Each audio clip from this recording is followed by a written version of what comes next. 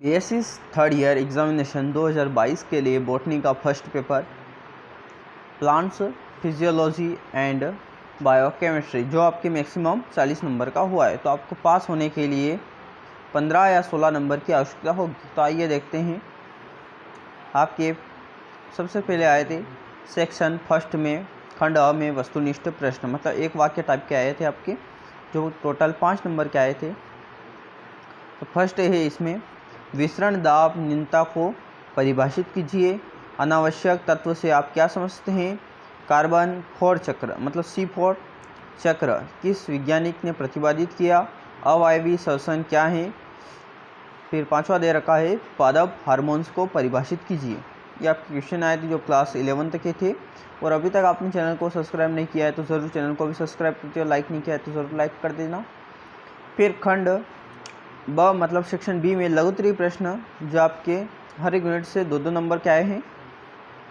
तो इकाई फर्स्ट में आए थे जल अवशोषण पर प्रभाव डालने वाले कारकों पर टिप्पणी लिखिए।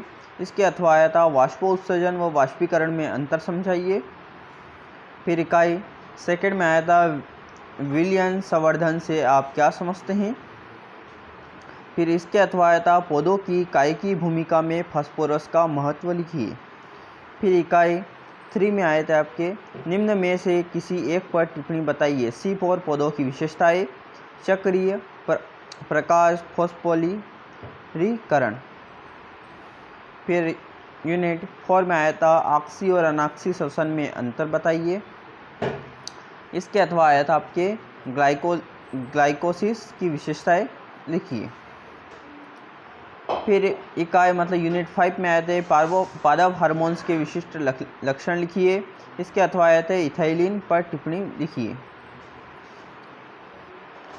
फिर आपके सेक्शन सी मतलब खंड स में दीर्घवृत्तीय प्रश्न आए थे। हर एक यूनिट से 5 नंबर का क्वेश्चन आया था।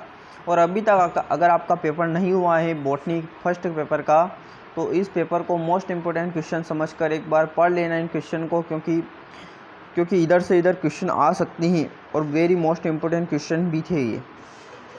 फिर इसमें आया था सातवां क्वेश्चन रसारोहण की क्रियाविधि को समझाइए। पौधों में वाष्पोत्सर्जन की दर को प्रभावित करने वाले कारकों का वर्णन कीजिए। फिर इकाई 2 में आया था पादपों में कार्बनिक पोषकों के स्थानांतरण का वर्णन कीजिए। इसके अलावा लिपिड्स का वर्गीकरण उदाहरण सहित समझाइए। फिर इकाई 3 में प्रकाश संश्लेषण क्या है? प्रकाश संश्लेषी वर्णकों का वर्णन कीजिए। फिर इसके अथवा आया था C4 डाइकार्बोक्सिलिक अम्ल पथ का वर्णन कीजिए। फिर इकाई 4 में आया था पेंटोज फॉस्फेट पथ का वर्णन कीजिए। फिर इसके अथवा आया था इलेक्ट्रॉन ट्रांसपोर्ट तंत्र का वर्णन कीजिए, इसका महत्व समझाइए। इंग्लिश मीडियम वाले हो तो इंग्लिश मीडियम वालों के लिए दे रखा है इसमें। फिर आपके यूनिट 5 में है एंजाइम के नामकरण या वर्गीकरण का वर्णन कीजिए। फिर इसके अथवा आया था साइटोकाइनिन्स क्या है, इसकी प्रायोगिक उपयोगिता का वर्णन कीजिए। आपके मोस्ट इंपॉर्टेंट क्वेश्चन समझकर पढ़ लेना अगर आपका पेपर नहीं हुआ है।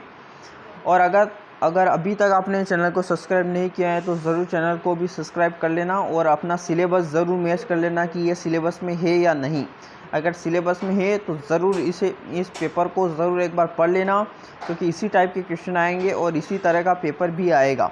तो वीडियो अच्छा लगा तो ज़रूर लाइक, सब्सक्राइब एंड शेयर कर देना। Thank you.